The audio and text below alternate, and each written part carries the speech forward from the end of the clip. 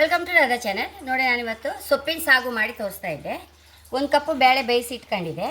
ಅದಕ್ಕೆ 1.5 cup first ಸೊಪ್ಪು ಹಾಕೊಂಬ.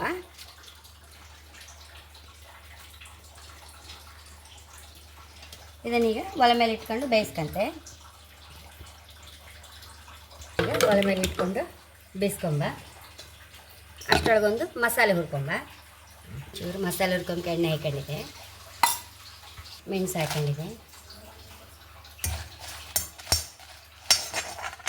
Table spoon ಅಪ್ಪಷ್ಟು ಧನಿಯಾ ಹಾಕೊಂಡಿದ್ದೆ, 1.5 tea spoon ಅಪ್ಪಷ್ಟು ಜೀರಿಗೆ ಹಾಕೊಂಡಿದ್ದೆ, ಪೆಪ್ಪರ್ ಒಂದು ಸ್ವಲ್ಪ ಖಾರಕ್ಕೆ ಒಂದು 5-6 ಇದಿಷ್ಟನ್ನು ಚೂರು ಹುರ್ಕೊಂಬ. ಸ್ವಲ್ಪ ಬೇವಿನೆಲ್ಲ ಹಾಕೊಂಡಿದ್ದೆ.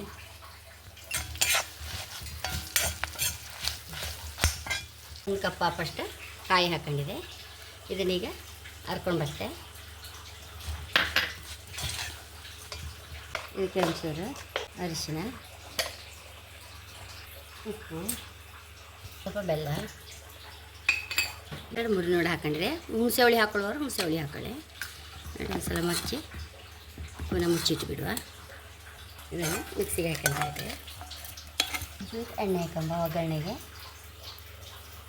ಸಾಸಿವೆ,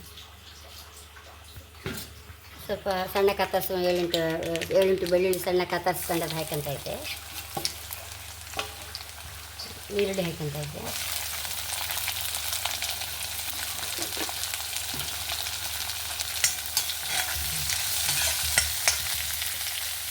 ಬೇಕಾದವರು ಹಸಿಮೆಣಸು ಬೇಕಾದ್ರೆ ಹಾಕೊಂಡ್ಲಕ್ಕ. ನಾನು ಒಂದು 7-8 ಹಾಕೊಂತ ಇದ್ದೆ. ಬೇಡದ್ರೆ ಬಿಡ್ಬೋದು. ಹಾಗೆ ಹಸಿಮೆಣಸು ಬೇಕಾದ್ರೆ ಹಾಕೊಂಡ್ಲಕ್ಕ, ಬೇಡದ್ರೆ ಬಿಡ್ಲಕ್ಕ.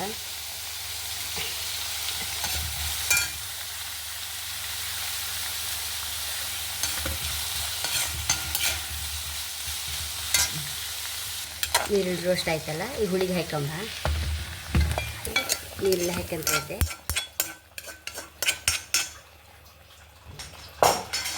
ಮಿಕ್ಸಿ ಮಸಾಲ ಹಾಕೊಂಬ.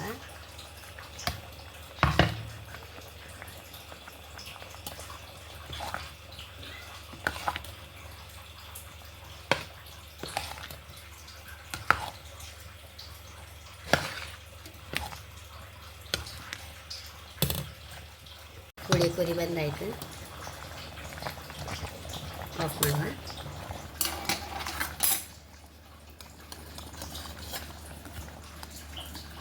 ಎಷ್ಟೋ ರುಚಿಯಾದ ಸೊಪ್ಪಿನ ಸಾಗು. ನಮಗೆ ದೋಸೆಗಾಯಿಲಿ, ಚಪಾತಿಗೆ, ಅನ್ನಕ್ಕೆ ಸಹ ಹೈ ಕ್ಲಾಸ್ ಆಗುತ್ತೆ. ಎಷ್ಟೋ ರುಚಿಯಾದ ಸೊಪ್ಪಿನ ಸಾಗು ರೆಡಿಯಾಗಿದೆ. ಖಂಡಿತ ನೀವು ಸಹ ಟ್ರೈ ಮಾಡಿ. ಮಕ್ಕಳಿಗೆ ಸಹ ತುಂಬ ಇಷ್ಟ ಆಗುತ್ತೆ. ಬೆಳ್ಳುಳ್ಳಿ, ನೀರುಳ್ಳಿ ಆರೋಗ್ಯಕ್ಕೆ ಒಳ್ಳೆಯದಾಗುವಂಥ ಐಟಮ್ಸೇ ಇರೋದು ಅದರಲ್ಲಿ. ಮಕ್ಕಳು ಸಹ ತುಂಬ ಇಷ್ಟ ಆಗುತ್ತೆ.